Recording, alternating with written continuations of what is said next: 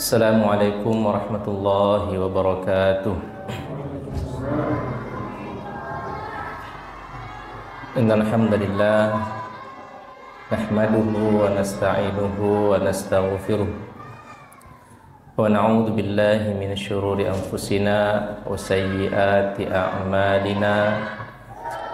May yahdihillahu fala mudilla lahu wa may yudlilhu fala hadiya lahu. Asyhadu an la ilaha illallah wahdahu la syarika lah wa asyhadu anna Muhammadan abduhu wa rasuluh. Shalawatullahi wa salamuhu wa ala alihi wa ashabihi wa man tabi'ahum bi ihsanin ila yaumiddin, amma ba'd. Bapak Ibu rahimakumullah, alhamdulillah kembali kita melanjutkan pembahasan kita pada kitab Fiqh Al-Muyassar, yang mana kita sudah sampai pada pembahasan yang ke-15 terkait tentang sholatul janazah. Di pertemuan sebelumnya kita membahas awal-awal pembahasan yang disampaikan oleh penulis, hal-hal yang berkaitan dengan seseorang menjelang kematiannya, ya. Bila mana sakit dan sekarat, itu kita dianjurkan untuk menjenguknya, kemudian mengingatkannya untuk senantiasa bertaubat, kemudian bila mana dan juga mentalkin bila mana dalam kondisi sudah menjelang wafatnya dan lain sebagainya. Kemudian kita masuk di permasalahan yang pertama, ya. Ya, sebenarnya saya agak berat ya menyampaikan materi ini karena saya yakin sudah pro semua ya setelah pelatihan jenazah kemarin ya, di hari Ahad yang lalu ya, 2 pekan yang lalu ya, insyaallah. Tapi semoga pelatihan yang telah diikuti oleh jamaah sekalian kemarin itu bisa memberikan manfaat bagi kita semua, dan insya Allah nanti semoga apa yang saya sampaikan tentunya bila mana sesuatu hal yang telah dipelajari pada pelatihan kemarin tentunya itu sebagai murojaah, dan alhamdulillah juga semoga kiranya ada info baru atau ilmu baru yang didapatkan dari kajian kita malam ini terkait tentang jenazah. Al-mas'alatul ula, permasalahan yang pertama, hukmu ghuslil mayyiti wa kaifiyatuhu, ya. Hukum memandikan jenazah dan tata caranya. Hukmuhu ghuslul mayyiti wajibun, ya. Hukum memandikan jenazah itu hukumnya wajib. Li amrihi sallallahu alaihi wasallam bihi, sebagaimana karena merupakan perintah ya Rasulullah sallallahu alaihi wasallam, kama fi qaulihi sallallahu alaihi wasallam fil muhrimil ladzi waqasathu naqatu, ya, sebagaimana perintah Rasulullah sallallahu alaihi wasallam pada seseorang yang itu meninggal ya dalam keadaan ihram, yang jatuh dari ontanya, ya. Jadi orang itu jatuh dari ontanya, kemudian diinjak dan akhirnya meninggal. Maka kata Rasulullah SAW, iksiluhu bima'in wasidrin, ya, mandikan ia dengan menggunakan air dan daun bidara. Wa qauluhu sallallahu alaihi wasallam, dan juga ucapan Rasulullah sallallahu alaihi wasallam fi ibnatihi Zainab radhiyallahu anhu, ya, terkait kepada ditujukan kepada anak beliau Zainab. Ketika Zainab radhiyallahu anha meninggal, Rasulullah memerintahkan iksilnaha salasan aw khamsan aw sab'an, mandikan ia sebanyak 3 kali atau 5 kali atau sebanyak 7 kali. Wa huwa fardu kifayatin ijma'an, dan itu makanya kesepakatan ahli ulama, ya, kesepakatan para ulama itu mengatakan hukum mandikan jenazah itu adalah fardu kifayah. Bapak Ibu yang dirahmati Allah Subhanahu wa taala, Jadi sepakat para ulama mengenai hukum daripada memandikan jenazah itu hukumnya fardu kifayah. Sebagaimana yang sering kita jelaskan, yang sering kita ulang-ulang, fardu kifayah itu bila mana ada sekelompok orang, sebagian orang yang telah melaksanakannya, maka yang lainnya itu gugur kewajiban. Ya. Yang namanya fardu kifayah, fardu itu wajib, kifayah itu cukup. Ya. Beda fardu ain, fardu itu wajib, ain itu personal, individu. Jadi tidak boleh kalau tidak dilaksanakan oleh semua orang. Ya.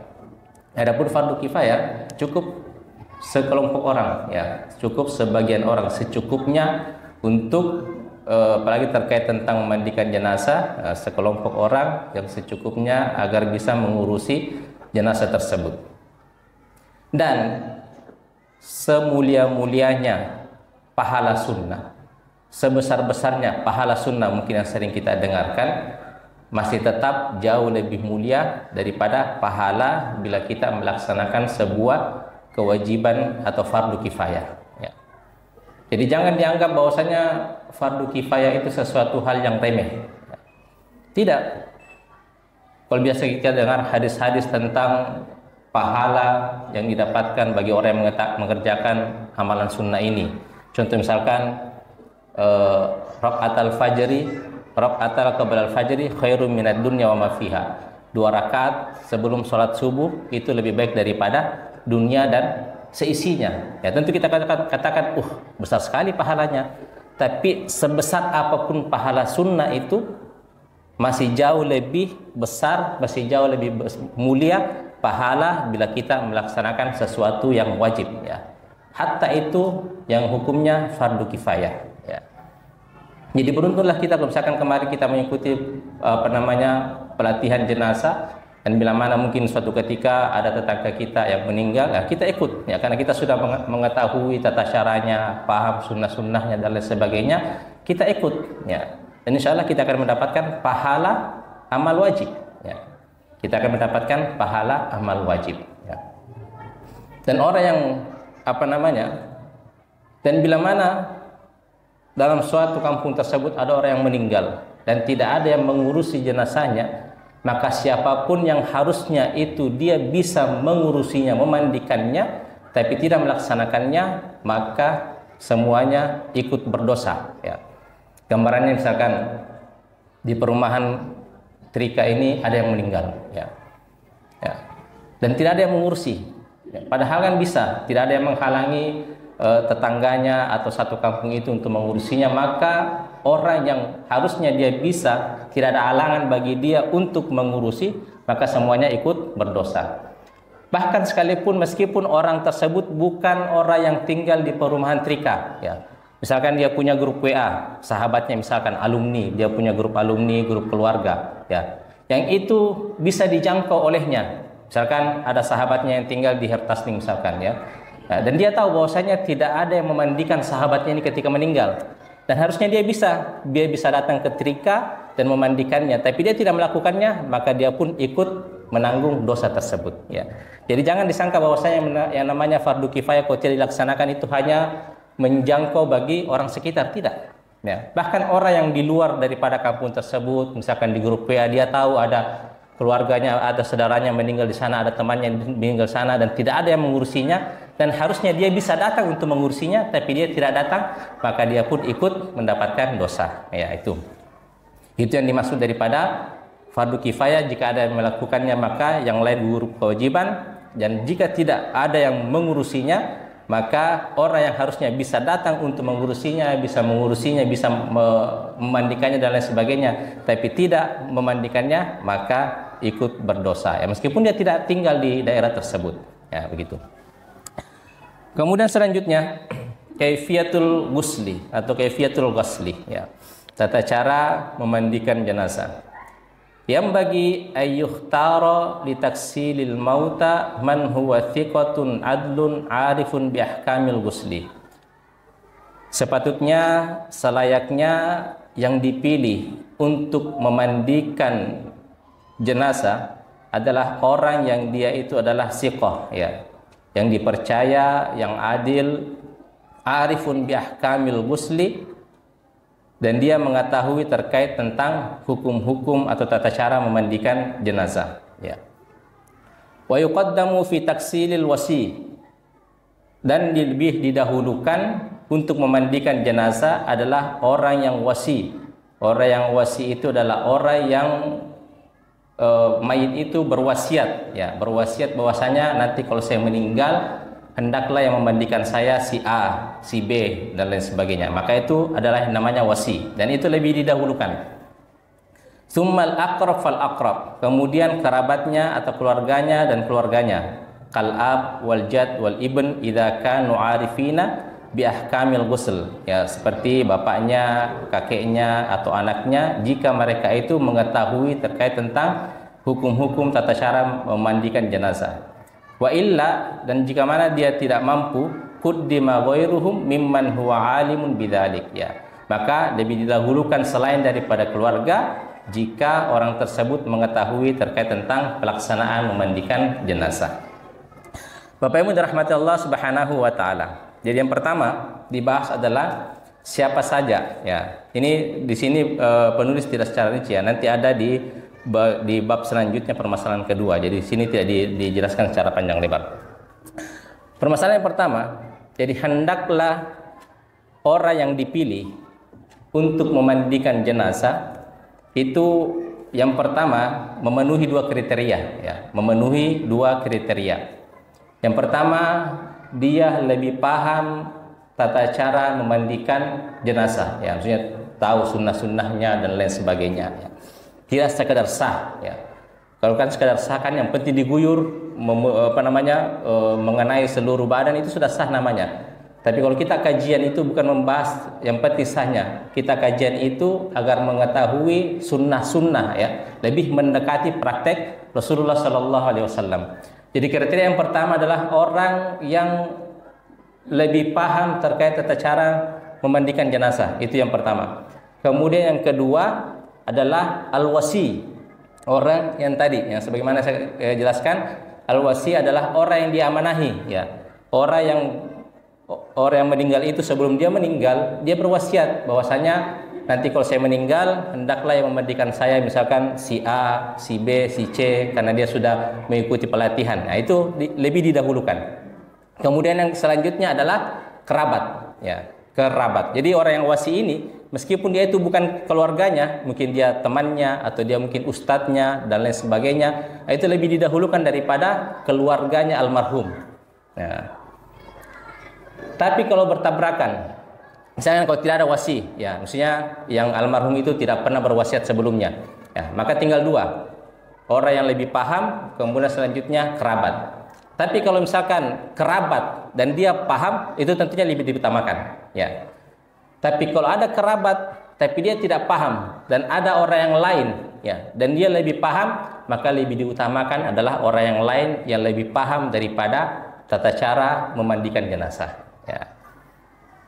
Tapi alhamdulillah kalau misalkan praktek kita di masyarakat biasanya ada ustadz, ya, ada ustadz, ya, ustadz itu dia tidak memandikan, ya, tapi dia masuk memandu dan memanggil keluarganya, misalkan anaknya, ya, itu misalkan bertabrakan keluarga tidak paham, ada orang lain yang lebih paham, maka hendaknya dipadukan, ya, biar keluarganya ikut memandikan, maka ada yang memandu ustadznya misalkan, ya, sebagaimana praktek kita di masyarakat, kemudian memandu ini yang kau lakukan, ini yang kau lakukan, ya, jadi seperti itu, biar keluarganya pun ikut memandikan, ya. Semakin dekat hubungan keluarganya maka itu semakin baik, ya, misalkan kalau bapaknya meninggal maka yang memandikan itu adalah anaknya, saudaranya, ataupun orang tuanya, bapaknya misalkan masih hidup, ya. Tapi kalau tidak ada seperti itu, tidak ada keluarganya, maka tidak mengapa orang lain yang memandikan, itu tidak mengurangi daripada keabsahan kesakralan pemandian jenazah. Kemudian selanjutnya, warrajulu yuksiluhur rijal wal mar'atu taksiluhun nisa, ya, dan laki-laki itu memandikan yang jenazah laki-laki dan perempuan itu dimandikan oleh perempuan juga. Walikulli wahidin minaz zaujaini taksilul akhar, ya. Dan juga boleh bagi istri ataupun suami itu dimandikan oleh istrinya, atau suami yang meninggal boleh dimandikan oleh istrinya, ya. Farrajul yaghsilu zaujatahu, dan suami dimandikan oleh istrinya, wal mar'atu taghsilu zaujaha, dan istri memandikan suaminya, ya, atau istri-istri memandikan suaminya, ya. Kalau misalkan banyak istrinya, ya. Nah. Jadi itu. Jadi hukum asalnya, ya, misalkan tidak ada bapaknya Furqan dia. Jadi hukum asal, laki-laki yang harus memandikan jenazah laki-laki, ya, dan wanita yang memandikan jenazah wanita, kecuali dua, ya, yang boleh lawan jenis. Suami memandikan istri ataupun istri memandikan suami, dan juga di sini disebutkan taksilul atfal duna sinnul balighah, dan juga boleh, ya, seorang anak kecil, ya, anak kecil yang di sini disebutkan yang belum cukup umurnya 7 tahun, itu boleh dibandikan oleh lawan jenisnya. Misalkan almarhumnya itu anak kecil laki-laki, maka boleh dibandikan oleh perempuan, ataupun anak kecil perempuan yang meninggal boleh dibandikan oleh laki-laki. Jadi secara hukum asal, laki-laki harus memandikan jenazah laki-laki. Wanita dimandikan oleh jenazah wanita dimandikan oleh kaum wanita, kecuali dua itu tadi. Suami boleh memandikan istri, atau istri boleh memandikan jenazah suaminya, ya. Maka misalkan kalau ada seorang suami yang meninggal, ya, kemudian ingin dimandikan oleh istrinya, kan kalau sendiri kan tidak bisa, ya. Maka siapa yang menemani? Maka yang menemaninya itu adalah kerabatnya suami yang perempuan, kerabatnya istri yang perempuan, maaf, ya.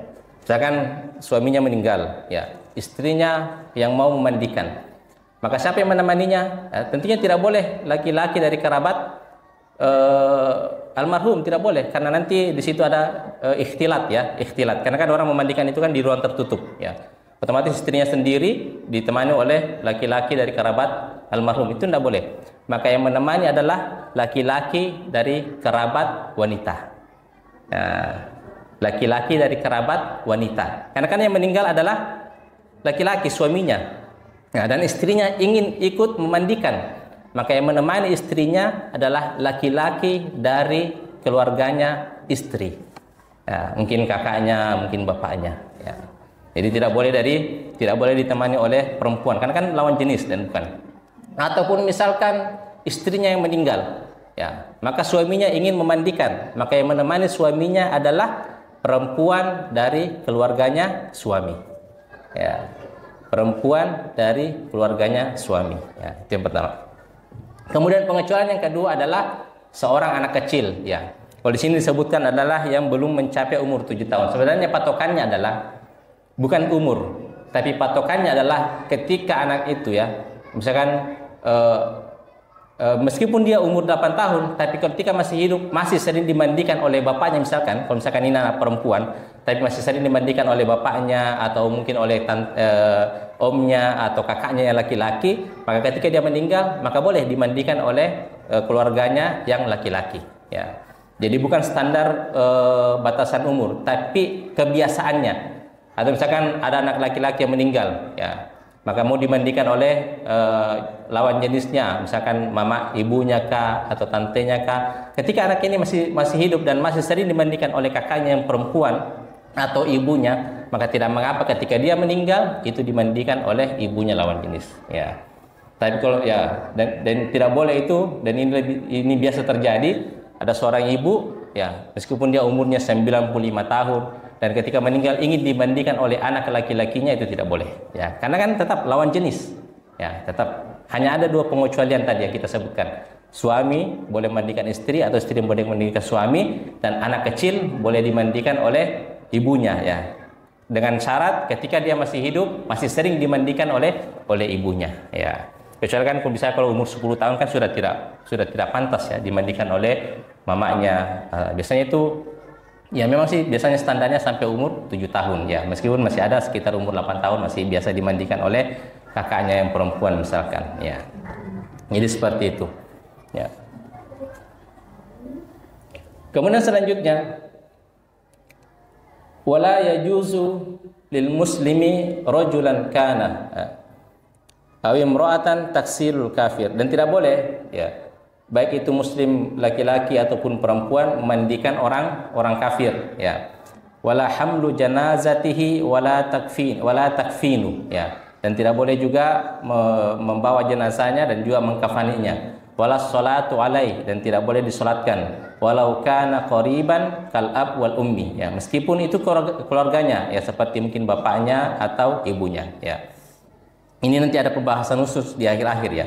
Ya, tapi tidak apa-apa, kita jelaskan dulu sedikit. Jadi secara umum orang muslim baik itu laki-laki ataupun perempuan tidak boleh memandikan orang kafir. Maksudnya tidak boleh diproses sebagaimana proses jenazah orang muslim ya. Tidak boleh. Jadi orang kafir itu ketika meninggal, meskipun dia adalah bapaknya, meskipun dia adalah ibunya, tidak boleh diproses sebagaimana prosesnya jenazah orang muslim ya, tidak boleh.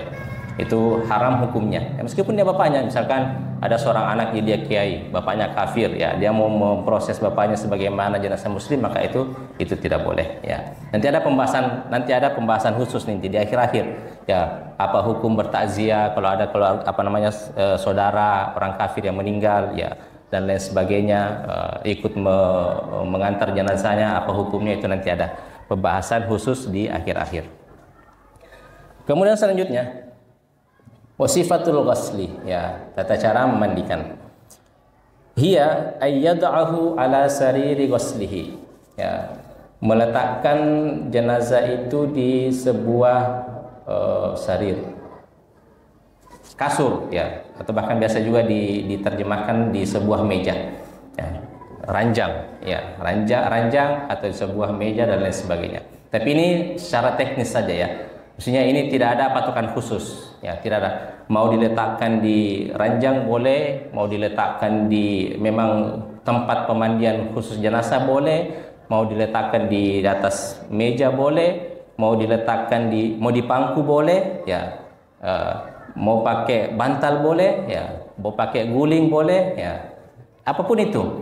Yang jelas kaidahnya adalah bagaimana sebisa mungkin memproses jenazah itu, memandikan jenazah itu secara santun ya.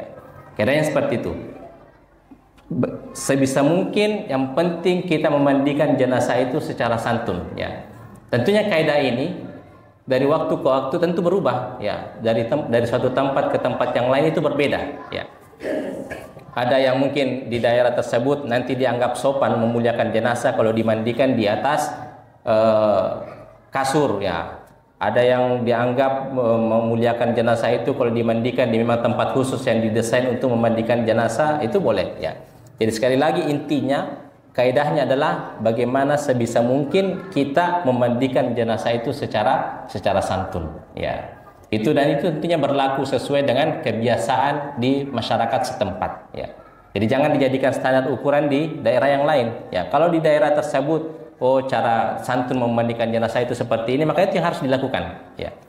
Kecuali misalkan yang menjadi patokan, misalkan dia menetapkan suatu cara ya, misalkan harus ditempatkan di sebuah ranjang yang kasur ya, yang ada ranjangnya, spring bed misalkan. Kalau tidak seperti itu, tidak sesuai syariat, maka itu jangan dilakukan ya.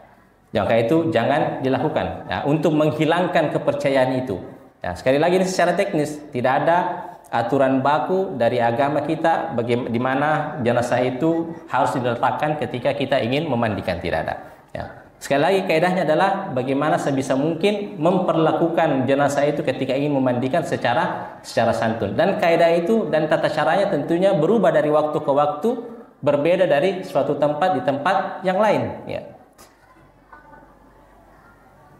Wajib hukumnya berbakti kepada kedua orang tua ya, wajib. Tapi caranya itu biasa berbeda ya, dari satu anggota keluarga ke anggota keluarga yang lain. Contoh misalkan apa hukumnya berbahasa Bugis ya, bicara Bugis sama orang tua ya. Tapi misalnya ada itu anak yang dia merasa dirinya kalau berbicara Bugis sama orang tuanya atau bicara Makassar sama orang tuanya itu dianggap tidak sopan ya. Nah, itu berbeda ya. Tentu patokannya tidak bisa disamakan antara keluarga yang satu keluarga di keluarga yang lain. Jadi mau diletakkan di apapun boleh ya. Contoh juga misalkan ya, memandikan jenazah itu harusnya lebih santunnya itu dengan memakai timbang ya. Kalau pakai selang itu ibarat seperti kalau cuci mobil orang ya, dianggap tidak sopan. Ya mungkin di daerah itu seperti itu, tapi di daerah lain dianggap biasa, maka tidak masalah ya. Jangan kita ingkari cara suatu daerah memandikan suatu jenazah. Bisa jadi memang hal tersebut yang berlaku di daerah tersebut ya. Kemudian tsumma yasturu auratahu. Kemudian menutup aurat intinya ya. Menutup aurat inti daripada jenazah. Jadi ketika kita ingin memandikan jenazah, nah itu jangan dimandikan kayak anak kecil ya, ditelanjangi semua. Ditutup aurat intinya ya. Misalkan laki-laki aurat intinya kan antara aurat intinya laki-laki itu adalah kemaluan ya, kemaluan. Meskipun di bawah pusar ya, yang penting kemaluannya itu tertutupi ya, antara pusar dan juga di atas lutut. Itu aurat intinya. Ya, tapi kalau bisa ya di atas pusar sampai lutut itu tentunya lebih bagus. Tapi bagaimana dengan perempuan? Ya, memandikan perempuan dengan menutup auratnya, seluruh anggota badan perempuan kan adalah aurat. Ya, tapi aurat intinya itu adalah mulai daripada di atas dada sampai di bawah lutut. Ya, itu aurat inti. Jadi yang ditutup di sini adalah khusus aurat intinya saja. Karena akan menyulitkan kalau misalkan ingin ditutupi secara sempurna, apalagi kalau yang jenazahnya itu adalah jenazah perempuan. Jadi yang ditutup adalah aurat intinya. Tsumma yujriduhu min thiyabihi. Kemudian melepaskan pakaiannya ya. Kalau misalkan bisa melepaskan pakaiannya dengan cara tidak merusaknya itu lebih bagus, tapi kalau misalkan kesulitan untuk melepaskan pakaiannya kecuali dengan cara dirusak, maka lebih baik dirusak pakaiannya ya, misalkan digunting dan lain sebagainya. Wa yuwarihi 'anil uyuni fi hijratin aw nahwiha. Dan menjauhkan dari pandangan ya, menjauhkan dari pandangan di dalam kamar atau sebagainya. Artinya orang yang memandikan jenazah, jadi maksudnya orang yang berada di sekitar jenazah ketika ini dimandikan adalah cukup mereka adalah yang betul-betul mendapatkan tugas untuk memandikan jenazah ya. Jadi jangan jenazah itu dijadikan tontonan ketika ingin dimandikan ya. Makanya ketika dimandikan itu di tempat tertutup ya, di tempat tertutup ya. Kalau misalkan di kamar mandi kan biasanya sulit karena rata-rata kamar mandi kita itu ukurannya cuma 1-2 meter kali 1,5 ya. Kalau ada kamar mandi yang 3x3 itu kamar rumah sultan itu ya. Nah, dan biasanya di tempat terbuka, tapi hendaknya dilapisi dengan kain penutup ya. Karena kenapa? Itu untuk menghindari kiranya ada aibnya almarhum yang selama ini tidak pernah terlihat ya, itu bisa terlihat ketika dimandikan ya. Misalkan kalau ada orang yang banyak melihat ya, dia lihat tadi saya kulihat si fulan dimandikan, ternyata wah, itu kalau sudah ternyata itu bahaya itu ya. Makanya diantara pahala yang dijanjikan bagi orang yang memandikan jenazah itu adalah bila mana dia mampu menutup aibnya yang dia saksikan ketika memandikan jenazah, itu mendapatkan pahala yang besar di sisi Allah Subhanahu wa taala. Makanya biasanya orang yang memandu ya, pemimpin ketua tim daripada memandikan jenazah itu biasanya membriefing ya, membriefing orang yang ingin memandikan jenazah. Diingatkan mungkin pada saat nanti kita memandikan jenazah mungkin terdapat aib di bagian sininya, hendaklah kita tidak menceritakannya kepada orang lain. Itu biasanya diingatkan keluarga, anaknya atau siapapun orang lain yang memandikan jenazah itu diingatkan dulu terlebih dahulu. Nanti kalau kita memandikan jenazah hendaklah kita menjaga diri ya dari menceritakan aib daripada almarhum ya, menceritakan aib daripada almarhum. Kemudian summa yarfa'ul ghasil ra'sil mayyiti ila qurbi julusi ya. Kemudian setelah tadi diletakkan di sebuah tempat, kemudian ditutup auratnya, dilepaskan pakaiannya, dihindari dari khayal-khayal ramai. Kemudian kita sudah mulai pra memandikan ya. Itu sudah mulai ya, ketika maka proses selanjutnya adalah mengangkat sedikit ya. Jadi orang yang memandikan itu mengangkat sedikit kepala mayit ya, sampai hampir mendekati posisi duduk ya. Ini bagi yang ikut pelatihan kemarin tentunya sudah paham.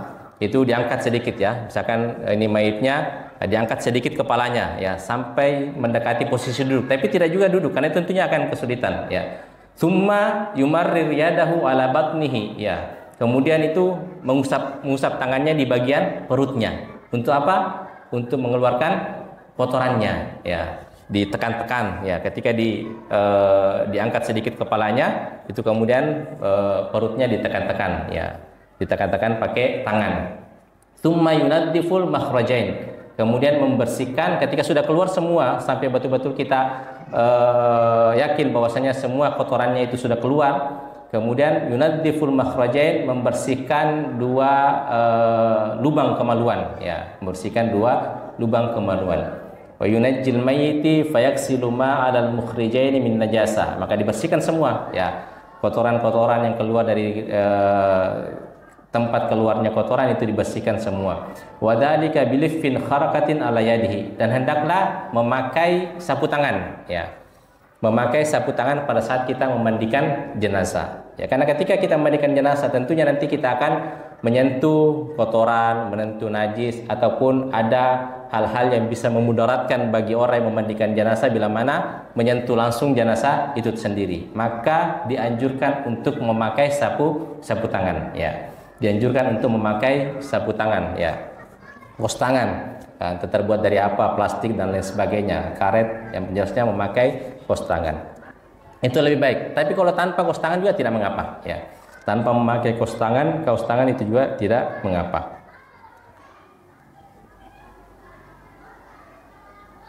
Tsumma yanwil ghusl ya. Kemudian berniat ya. Orang yang ingin memandikan jenazah itu berniat ya. Berniat untuk memandikan jenazah ya. Jadi yang berniat ini adalah orang yang memandikan jenazah ya, bukan jenazahnya yang berniat ya. Bukan jenazahnya yang niat ingin mandi ya. Tapi hal-hal seperti ini sesuatu ibadah ya, sesuatu ibadah itu yang tidak ada persamaannya, biasanya itu tidak membutuhkan kehususan niat ya.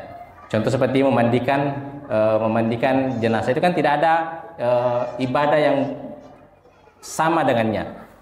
Kadang niat itu dibutuhkan ketika suatu ibadah itu ada samanya dengan ibadah yang lain ya, atau ibadah itu ada samanya dengan kebiasaan yang lain. Misalkan mandi wajib ya, mandi wajib itu kan ada persamaannya dengan mandi biasa. Nah, dibutuhkan niat ya.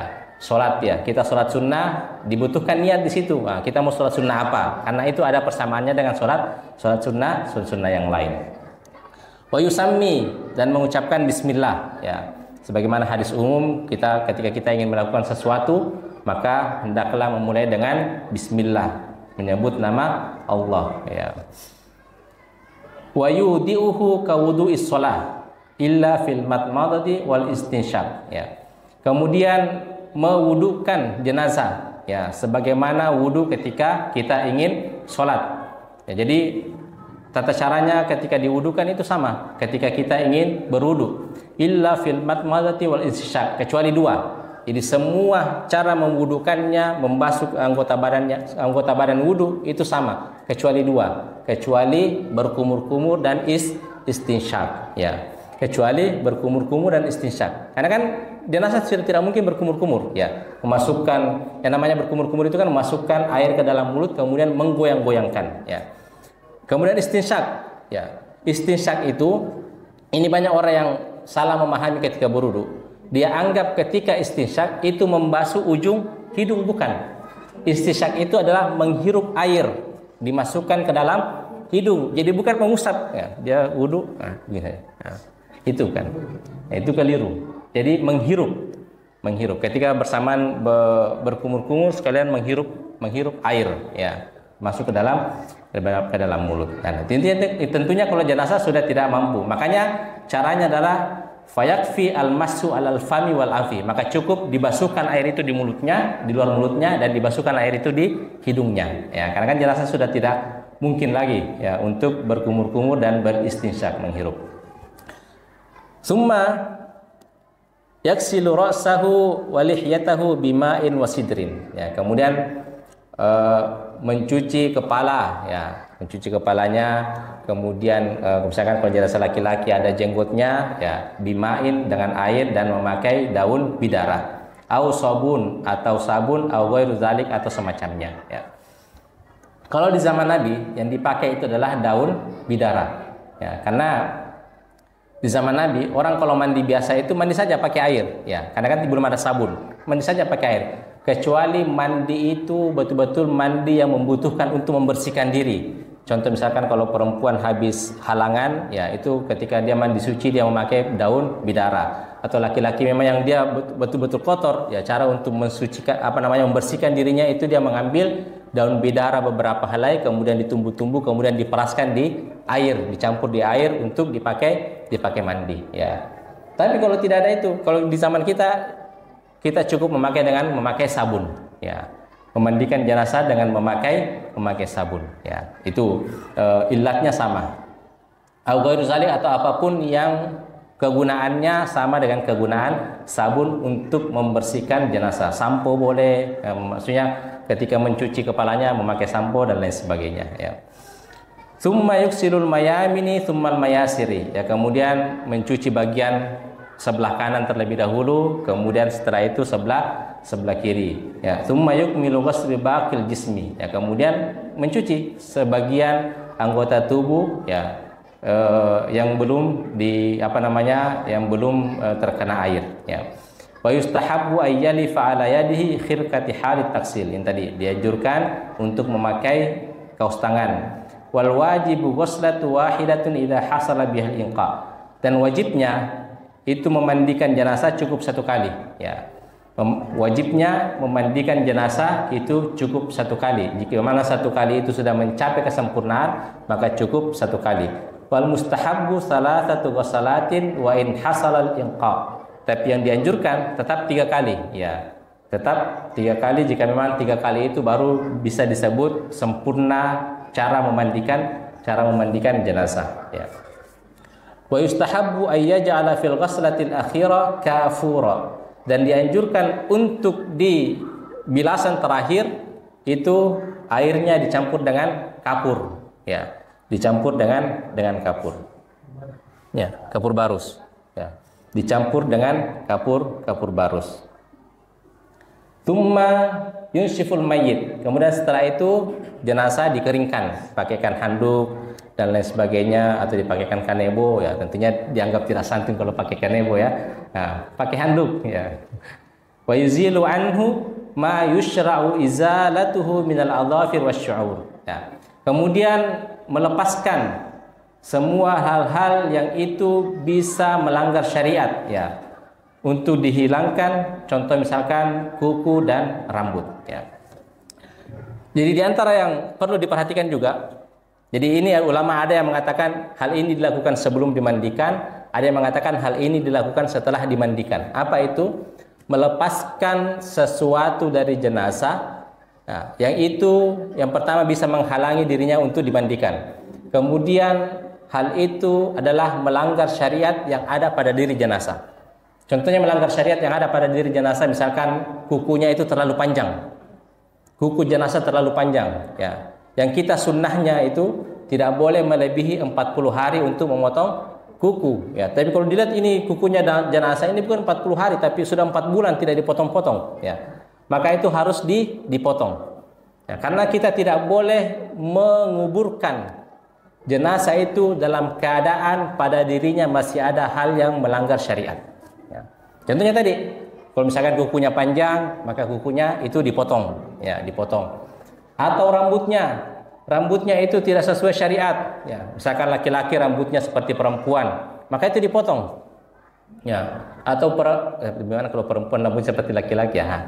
Laki-laki rambutnya seperti perempuan. Nah, jadi itu kan biasanya tergantung kebiasaan. Ya, kalau orang masyarakat bilang, masa laki-laki rambutnya seperti perempuan, berarti itu sudah menyalahi syariat, ya. Jadi yang namanya rambut itu tergantung, lagi-lagi tergantung uruf, tergantung kebiasaan, tergantung adat istiadat, dan itu bisa berlaku dari zaman, berubah dari zaman ke zaman. Kalau zaman dulu kan yang namanya laki-laki itu kan panjang rambutnya, ya kan, dan tidak dianggap seperti perempuan, ya. Biasa kalau kita nonton film kerajaan dahulu seperti Angling Dharma, ya, itu rambutnya panjang-panjang itu. Nah itu mungkin pada saat itu tidak dianggap seperti perempuan, maka tidak menyalahi aturan. Tapi kalau sekarang, kalau ada laki-laki yang panjang rambutnya, pasti itu dianggap seperti perempuan, maka itu harus dipotong, ya. Atau misalkan contoh juga laki-laki, misalkan almarhum ini dia laki-laki Muslim, tapi pakai anting-anting, ya, maka itu harus dilepas, ya. Apalagi kalau misalkan anting-antingnya emas, nah, itu harus dilepas. Makanya ada fikih hukum melepas gigi emas, ya, bagi almarhum. Kan dulu kan orang kalau gigi palsu itu adalah terbuat dari emas. Kalau dulu, di zaman dulu itu, karena logam mulia yang tidak bisa karatan itu cuman emas. Maka yang dipakai untuk gigi palsu dulu itu adalah emas, ya. Makanya para ulama mengatakan sebelum mayit itu dikubur maka harus dilepas, ya. Karena itu adalah emas, merupakan harta dan menjadi hak bagi ahli waris, ya. Tapi kalau dilepas dan itu bisa merusak jenazah maka tidak boleh.